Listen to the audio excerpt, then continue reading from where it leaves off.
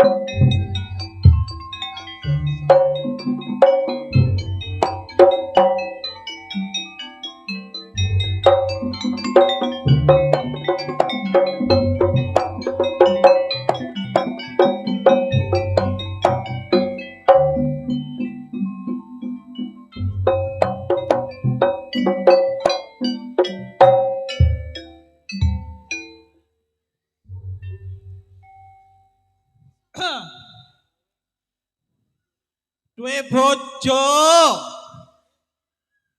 Ndak mule-mule.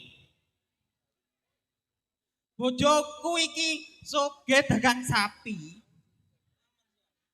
Aku, lah iya yo, lek dagang sapi aku iki pikiranku iki lho, teko gendaan tok. Biasan mun dagang sapi re gendaan tok, bini tok. Mole tak tomangi BPC. Mentolo tak ijolno ae. Mun pada poropan bingkoke porop ke ning pasar Konir, ning pasar Kerai deh yo. Kengkok ledung kadung bilon. Eke bini ria. Jejel kok di gendaan Pak Kampung Dina, Pak Care di mereka orang lo. Iya Pak Care Dina yo, du nyaman kau bilon. Saking manut oca-oca orang tua. Lu tahu kok lah. Kok kastau lereng lake ngamun ngak ria. Tak dok temur, tak dok dojo, mak pancet. Busen aku, nguasi reng lake ngari kelontang-kelontung. Iki datang. Lah gowo duwe apa biasa aku lek jaluk mosok blonjo dikek 5.000. Beras taduk, gula taduk. Mak kepara delu dadi reng bini. Wis. Mari lah. Wis mari. Sampeyan niku nandi ae, Kak? Jare pamitan nang pasar Konir. Tak tenteni kok ndak mule-mule ya ini. Cemburu. Ya ndak cemburu. Ya ndak ngono ne. Pirang-pirang dinong kok ora mimpi tak nyaman. Sandal pegok sewek bulong. Ndak yere lho, paling beda mun tak agendaan orang nyari dinak ning bebekan dinak paling. Nek. Rungokno wong ngomonge wong lanang Dik ya. Edi ngagi omongan orang laki. Kakek bilang kan janji kangko. Awakmu kan wis janji nang awake. Iya biyen. Mas, aku pokok dirabi sampean. Masih senajan sampean wis arang-arang mulih aku gak cemburu karo sampean. Sing penting blonjone penuh nang aku. Sampean kalak ngono. Apa belanja? Jarenge sebulane beri 5.000. Ngakan kata apa kok? Cukup aja. Orang bini aja abelangko tak kira abelareng laki. Dik. Nek sakjane aku nang sampean iki aku gak eman nang ayune, Dik. Sakjane yo koyo kudu tak pegat ae sampean. Keng cuma ae aku eman nek gawe sambel pola enak awakmu. Mau naga sambel nyaman dan mata nyaman sabi kok copain. Ya moreng wini. Mula nolek nang sawah iku lek ana kates ojo dipangan. Akhire nek nang angger nang sawah ana kates dipangan, ana gedang dipangan. Uwe lek ana omah ngecepek koyo manuk endet. Ya ndak ngono ne, Kang. Janjine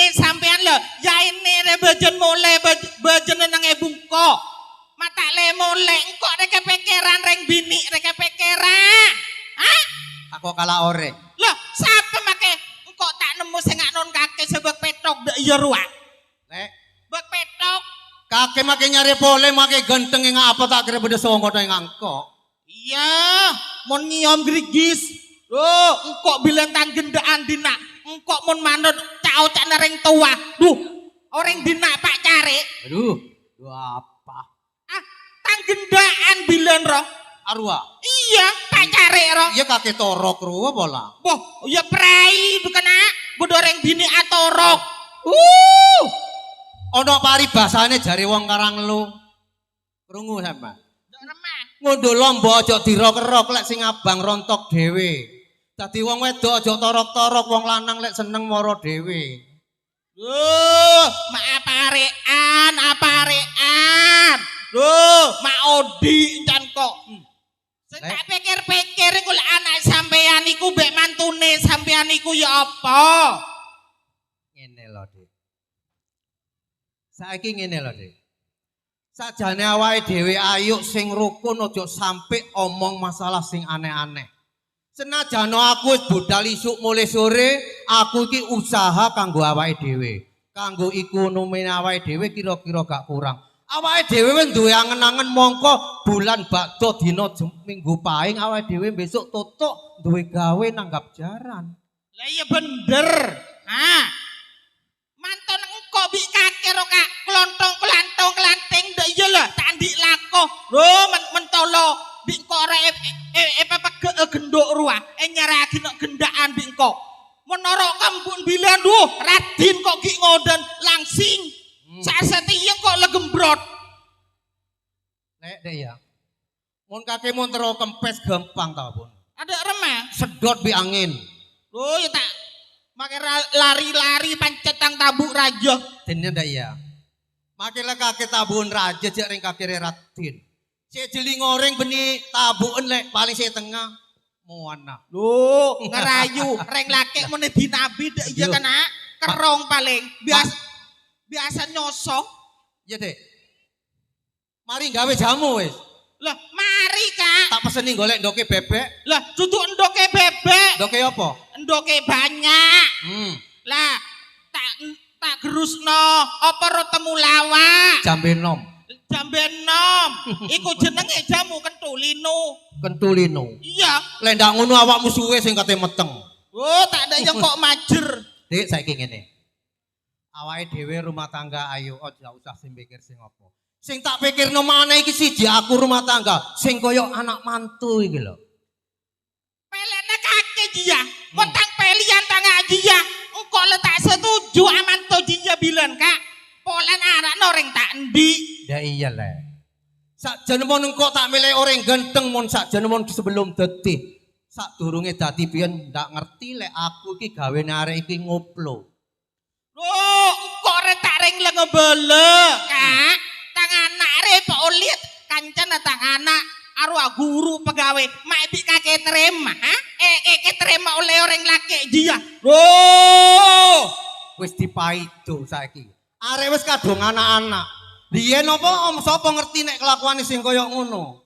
loh, jak kok pokoknya ngatir ki ganjet, kok mau kemanto je pancen tak nduk. Lewat.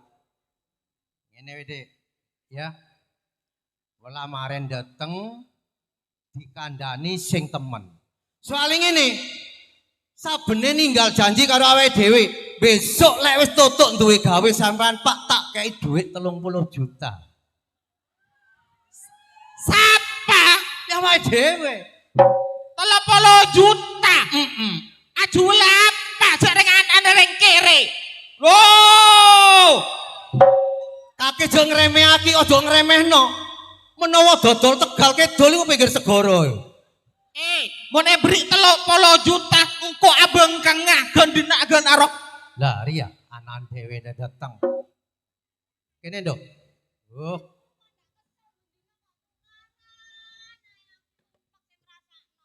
Ya dak ngono nih bapakmu iki lah. Ndak apa sing direbut sih, Bu? Bendino kok tukaran, ndak usah tukaran, ndak seneng moro dibacok ngono lho. Langsung to the point, soroke pedung. Ya ndak ngono wong kene kan lebih Abdul teko bapak akeh. Sampean niku kok diwiyanan di bojomu. Mulai biyen aku iku lek gak setuju nang bojomu iku. Polan bingkok kakeroe oleh tang kancaan guru. Delala kake norote wong bapak nole ruwak. Ah? Gak tau le apa kere kake ni. Ndak apa-apa, Bu. Masih yo kere ndak apa-apa, Bu. Wong sing tak pikir iku duduk kerene, Bu, sing tak senengi. Oh, mene belein can kok ora menyaman anak, pola anak nyaman. Aku orang tua ro bisa ngampung. Mate kening belein ndak iya. Kok niki gak ngerti karepe anak. Anak iki gak butuh gandenge. Senajan blonjone kuat, gepukane ngoyo.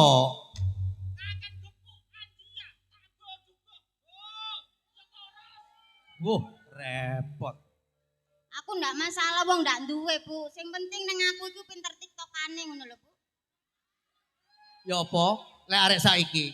Sing penting tiktokane, ndak mikir opone maneh.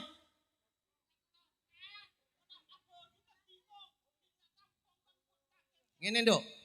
Apa sih, Pak? Nek wong sugih kan ndak iso muni cetok. Nang ndi bojomu saiki? Ono. Nang ndi? Celukno apa? Lah Wah kan. iki. Ya apa? Gara-gara sebotol minuman. Iku penggaweane. Kene lho. Endi ta dalane ndak weruh dalan mulai barang.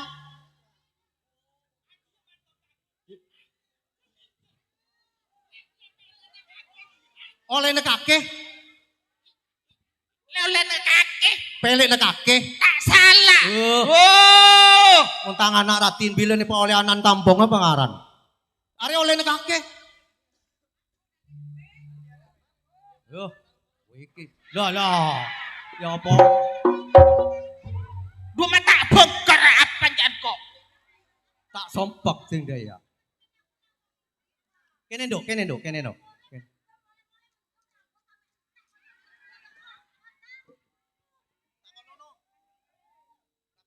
Ngono nek kakean mentil. Rambutnya apa sih, Pak? Tak kira wong iku ngomong mentil mau. Mangkane bendina iku aja pilthot. Lha rambutnya sampe entek iku lho. Ngepil iku sapa ya, Dek? Lho mlaku ku wis bener ngono wis, Bro. Lho nggo kate gocelan sampean ya, Bro, wis luput.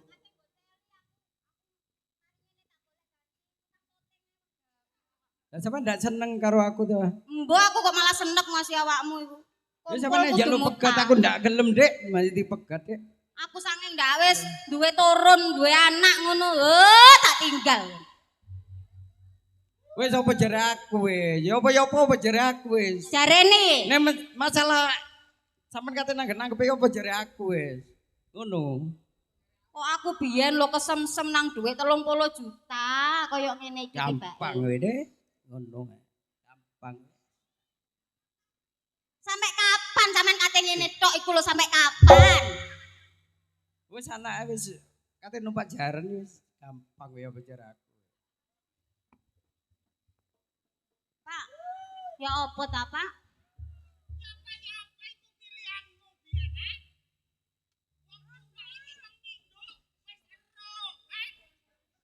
Biyen iki wis wong tuwa iki menging soole riye kakeh. Loh, lek ngene iki apa lek ana kejadian? Lah wis anak-anak, ha?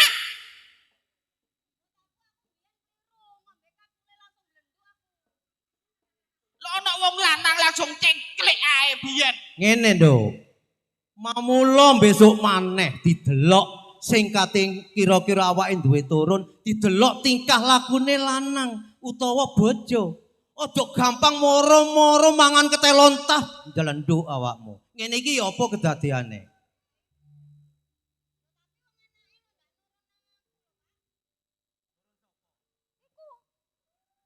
Nang gerangane yo.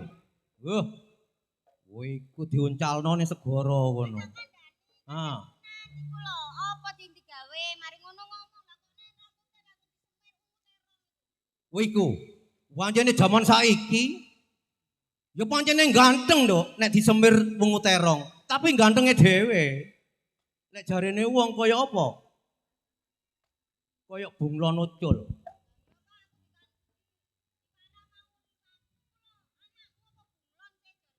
Saiki ngene ya, Nduk ya.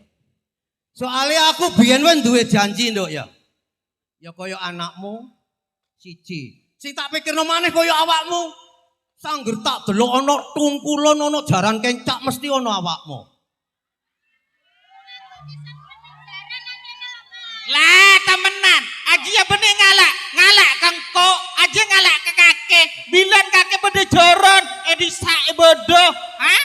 Ning dergowo bodo kakek, mun pada joron, nana ngaduk.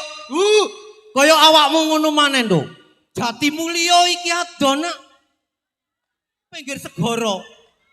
Awakmu tutuk mrono ndelok jaran kencak karo reoke Bapak Jaki. Sik, ngene. Ngene, Nduk. Kemungkinan awakmu iki ana artine seneng jaran kencak. Kok iso lek ana jaran kencak awakmu iki kok iso seneng sampai ngentil ndek burine? Apa sing disenengno? Apa seneng nang panjake? Apa seneng nang jaran kencake? Apa artine? Ayo. Aku lek ning panjake ndak seneng, Pak. Nang Ning panjake. jarane aku ya ndak seneng. Sing tak seneng iku mung siji. Apa iku? Ning pengendange iku lho, Pak. Pengendange. Seneng aku, Pak. Wadekne yo lirak-lirik ae lek ana pengendange tanggapan jaran kencak. Lah wong aku mlaku lho ditabuhi, Pak, saking sayange. Aduh. Tak tong, Apamu? tak tong, gentak tong ngono, Pak. Aku Aduh. yo ndelok ae masih ning ndi, Pak. Iku. Nang tukang kendange jere. Saiki ngene, Nduk ya. Kaya bapak karo ibu iki biyen wis duwe angen-angen kepingine numpakno jaran anakmu. Dadi senajan wis bojomu wis gak genah, kaya lakune wis kaya wong petik horen ngono, aku wis gak mikir. Iya. Iya pancene wong bojomu. Ndak kira disalahno. Aku yo bersyukur temenan. Saiki kan zaman perawat. Saiki ngene, Nduk. Masih aku nyawang awakmu senajan awake dhewe dudu anake wong sugih awakmu. Lek ndelok raimu yo blowing lho. Oleh ndi duwe wong bojomu kaya ngono. Wis, ndak mah itu. Saiki ngene, Nduk. Aku kate ngelanjutno masalah duwe gawe. Mongko aku wis duwe angen-angen mari jange kate golek jaran nang gone Pak Madris. Sebab apa? Tangga dhewe iki njeragan jaran. Dadi aku nerusno putu kepingin nyenengno, kira-kira metu ning alak ning embong, kira-kira cekne kaya dudu anake wong ndak beneh. Lah iku, kok ngerti oon sih? Lah tak komen muni bismillah langsung lah kok muni oon jane, Pak. Ya tadi arek ngono iku, Pak. Iku dadine. Heeh. Oh. Jane iki sing ndak kenal. Sik, bapak pancene biyen ndak tau mangan sekolahan, Nduk. Oon iku apa sih? Oon iku sing arek ndos iku lho, Pak. Oh, campur gendeng iku. Oh iya. Sangang polo. Aduh iya iya. Nduk ngene wae, Nduk ya. Masalah bojomu cekne wis ndak usah dijak rundingan. Sing penting awakmu nak ya, sing temen, sing hati-hati. Senajano bapakne koyo ngono mandar muga pinurune awakmu sing meningsor ojo sampe koyo bapakne. Lah. Lebih-lebih nurun mbok Pak Dene karo Mbok Dene. Pinter golek duit. Pinter nukokno rokok bapakne. Saking ngene. Nduk. Awakmu ana ndek omah ya nak ya. Karo bojomu, karo ibumu. Aku saiki wis kadung duwe janji golek jaran. Wong di awake dhewe iki ya duwe dulur. Duwe dulur karo teko ibumu. Ya titikake duit gawe, titikake ya tak ulemi tak warah. Aku dina iki kate duwe gawe nanggap jarane Bapak Madris karo reok teko munder. Sing dipimpin Bapak Johan. Dadi saiki tak lanjutno, senajan bojomu jarno wis dianggep resak ngono ae mari wis. Iya, wis aku tak budal nduk ya. Sama ngono omah, aku tak duwano ya. Ya Pak, hati-hati aman ya Pak. Heeh.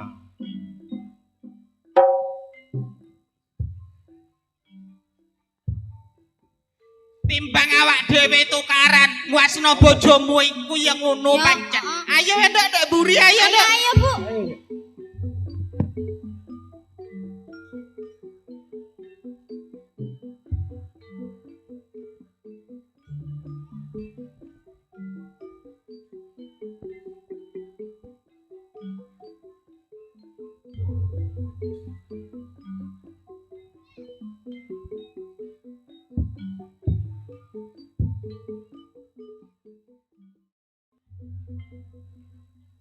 Oh, no mas sepi nandi Pak Dewi bode iki.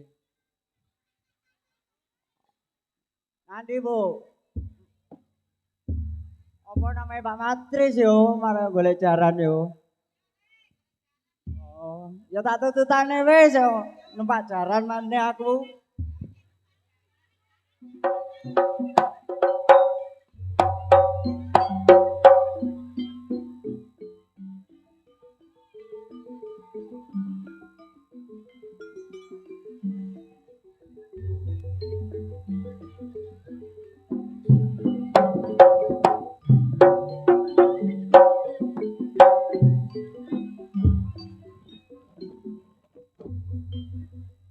Waduh. Lunga-lunga lek bareng wedok ndak omes dulur.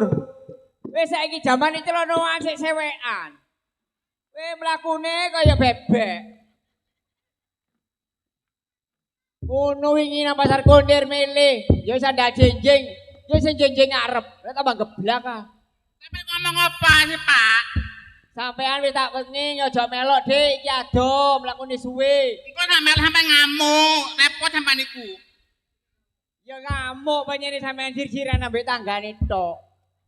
Lek tak tinggal nebang, dadi sing mburi liri-lirian. Sapa wis tuwek nek payu san. Apaan? Apane mbek karo Tuhan niku? Saking ngene ya Pak yo. Ya apa? Sampeyan iki kan duwe dulur. Nah. Ya apa kabare?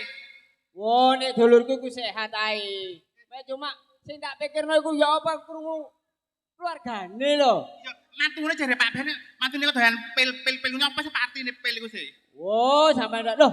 Waalaikumsalam warahmatullahi wabarakatuh. Benar. Waduh.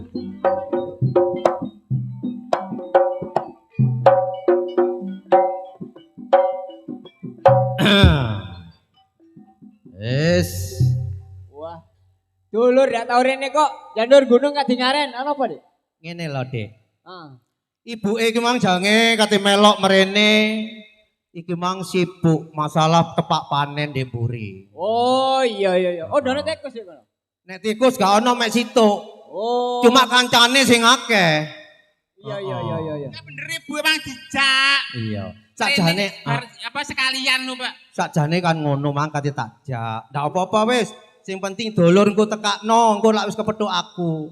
Ngono. Katanya digawe ta? Ngene lho, Dik.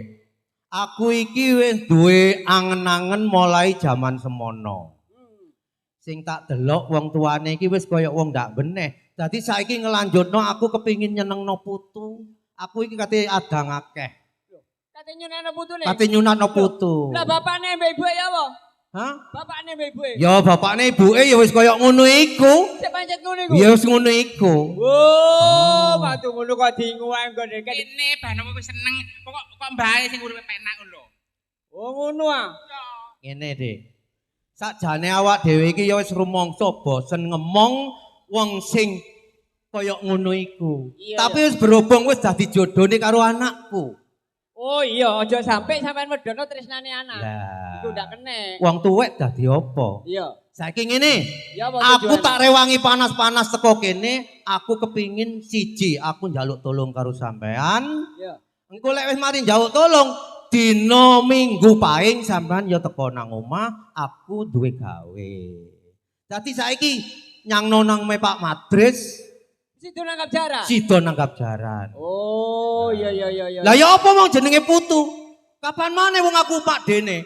Iya, kadang aku ya dulure bisa. Mangkane senajan ono paribasane jare wong Karanglo, jelungkir walik ya apa golek rezeki tetep tak berjuangi. Supaya anak putu seneng. Lah. Iya bener wis Saking bener. ngene, Ya. aku ndak usah omong akeh karo sampean, sing penting aku tulungen nang nggone Pak Madris Ya. golek jaran 8 kabeh. Jaran 8. Wolu. Anak sapa? Sampean yo ngono yuk. Sampean ndak usah repot nggawa-nggawa apa wis, sing penting sampean teko merono. Teko wong gak penak itu nggawa ya Pak Ya, yo. ya nek sampean Iya, maksa nggawa-nggawa ndak usah akeh sak omplong gula ndak apa-apa. Gedang diberi diketok rek. Oh, iki mburi kok tak Iya, gedang klothok tapi. Kok sampean iki banyo le padane lodruk kae. Iya. Wis saiki ngene aku ndak suwe marine ndang budalo golekno ya. Yo, dina Sabtu Pahing. Minggu Pahing. Oh, Minggu Pahing. Malam Senin pon. Pon. Oh, iya. Soale iki cocokane nang areke. Oh, iya. Ya, wis Enak ngono. jenane iki saiki. Ya. Iya wis. Lha nek masalah ongkos gampang sing penting mari nyambut gawe dibayar. Jare mantune Riko sing katen bayari. Lah wis ngomong dhewe jarene kate ngenehi dhuwit 30 juta nol gak ono apa-apa. Oh, pancet ku niku. Tapi ndak usah mikir iku. Iya wis, ya wis. Sing Yang penting iso sukses iso duwe gawe. sing penting sukses nyambut gawe. Apa jare aku karo ibuke. Ya ngono aku tak balik. Iyalah. Ayo. Ya, saya hati ndak nemu apa-apa ya. Lek mangan nang buri ngono marine. Ya gampang wis. Iya. Ya apa iki, Dik? Ya mbak kok bisa sampean aku ya. Sampean apa melok aku apa sampean langsung jojok nang mae cacakku, Mang? Ndak bareng sampean ae wis boleh. Oh, iya. Ngamuk biasa Heeh. iku. Ya, numpak becake wer ae ya. Ya, ya, Ayo. Say.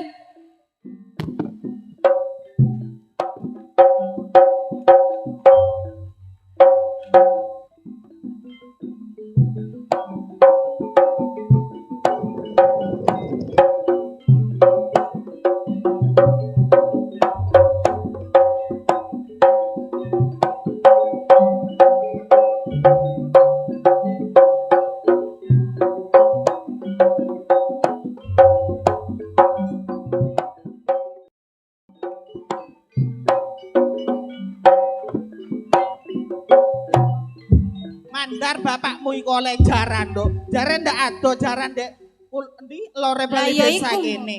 Masa ayam ini sampean yo? Anakmu iku ya apa? Kok ndak ketok biasa ya ini iki lah. Minta jojo, minta. Lah.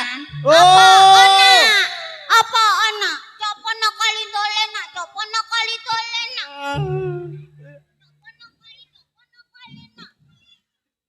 Copo tuman nak, tuman copono.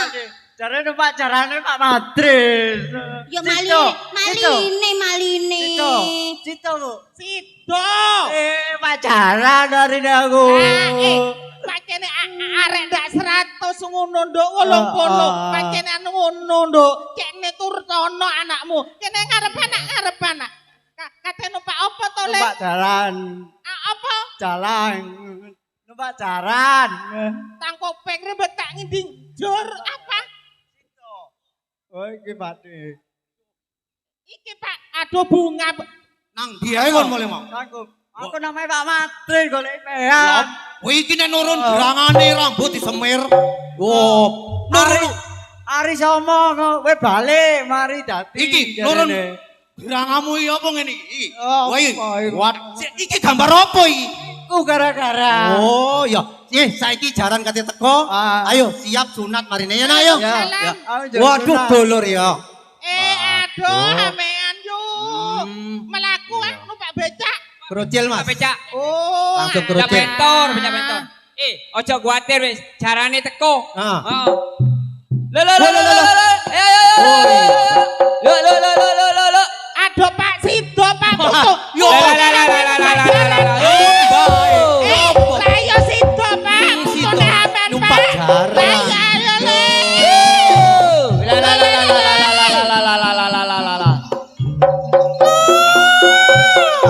Iya. Carane ya. Yo iya.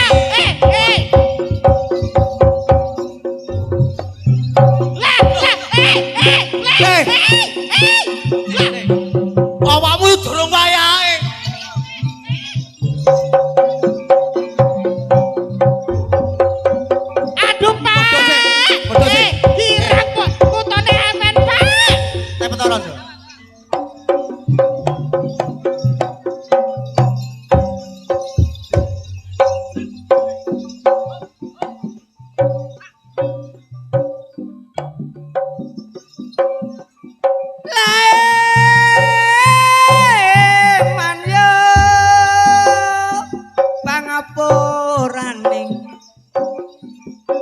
ya pencung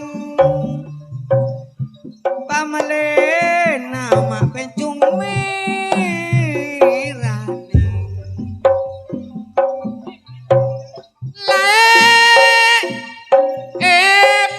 Eman Mayu jalan Me on laonan Lae Kapora Tabing sedeje Mon bolana Juale atas baraka Pengapora Renan sadeje Ngijung salah Tak langkong sepurana Jote dungo jok ngantuk dulurmu akele oleh sangu marene nak ya jok ngantuk melek ona Kemantane toron gelo toron kemantane toron mudun le sini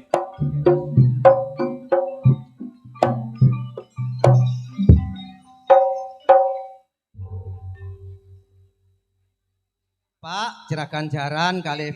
Nah, niki panjake nggih. Nggih. Jenengan jeragane. Wah, nggih, kok gandengan panjake? nggih panjenengan tuwek panjenengan Pak ngeten nggih.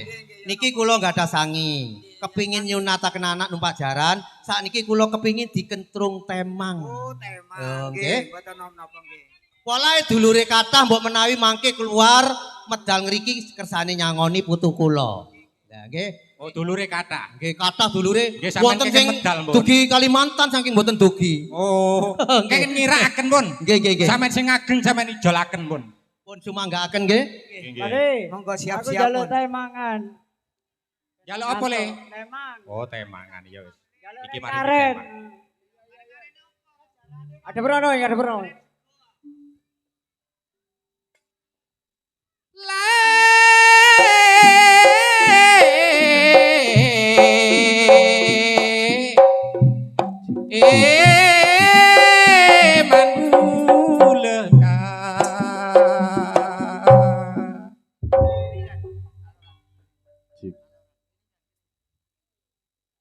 Tampora du palotan lem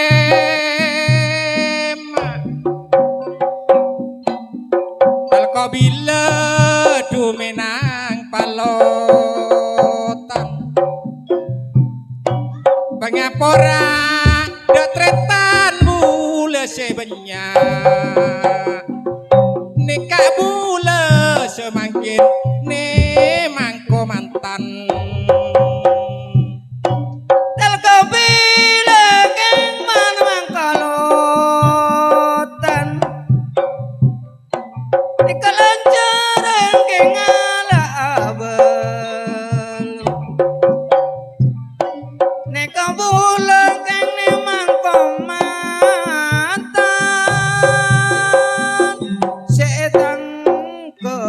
jaran benyan balung Monse pande madona gobes Mata kona geng nona lo Se edan kene kajarana bapak matris Moncom na bedati sakarang lo Wal bapak naking ala adonalo ala olela kembalikan naking ala kambuk Monti sana bener taretan dari Karangalong Keng compon Keng deje embung Mon kolpon nadu nyala bedai na tobung Mon jengke potadu nyala para mana compok nane ka bener deje embung salah ben lopot kuleging nyon sepora kenjaka pot kenge atas barang ala ulena namun badi keng oleh seamat salah lopot dan kau legeng nyon sepora salah ngeboci keng berselamat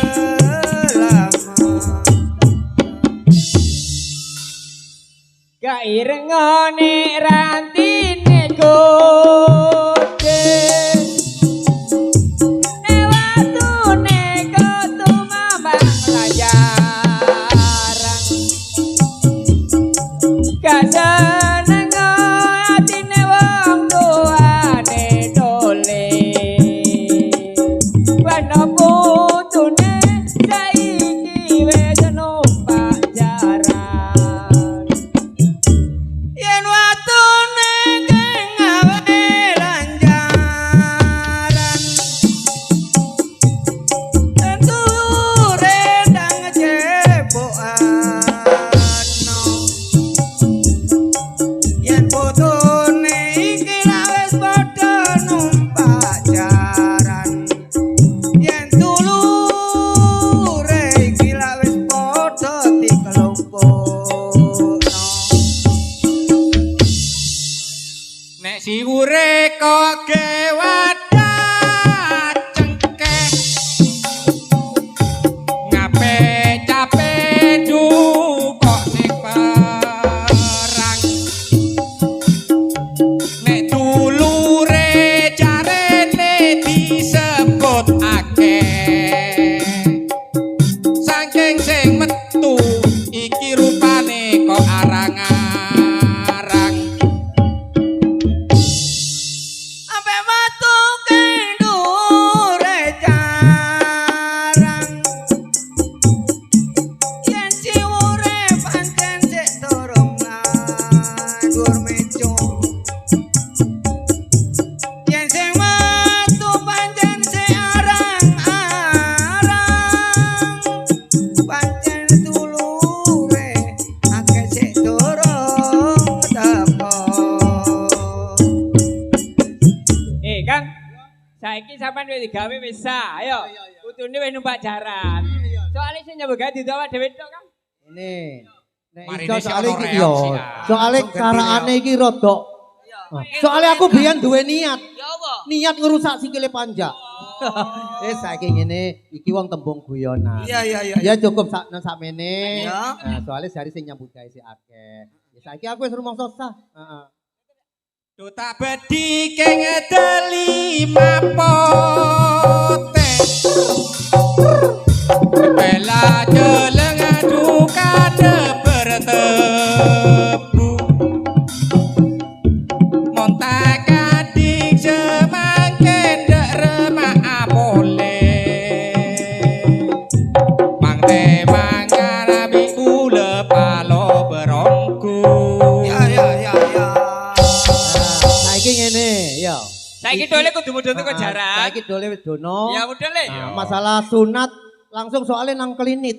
Oh, Iya, soalnya sunatnya kasep kuatir alot. iya dilaser Ya, saiki ngene, cuma aku njaluk siji metune jaran aku njaluk jula-juli. oh iya Ya enggak apa-apa yuk. Ajak langsung jula-juli.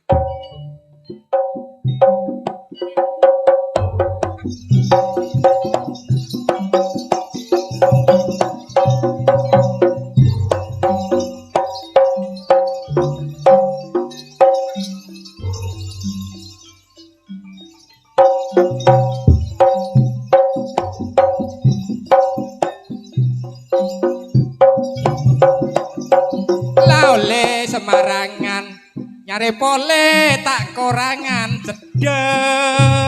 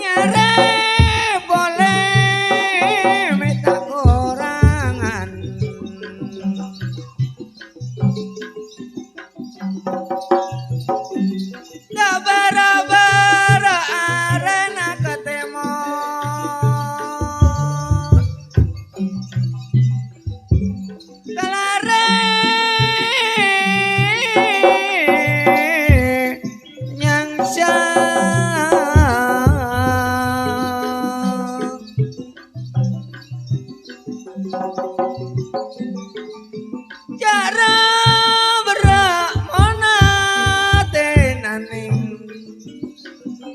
penyelemor ate sebosang penyelemor ate sebosang lae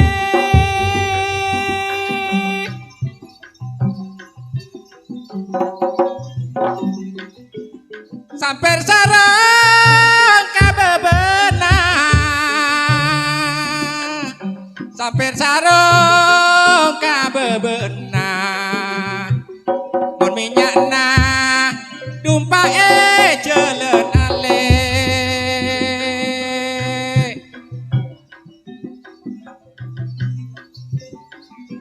Peker kerong makir pikiran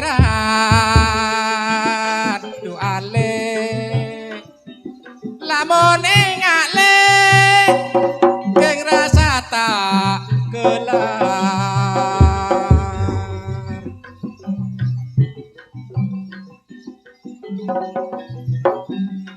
ampun cukup pematur kula tak langkung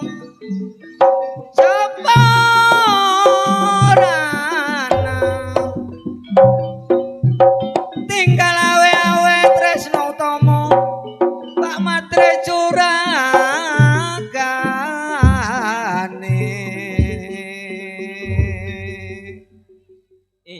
Rok Iya ya.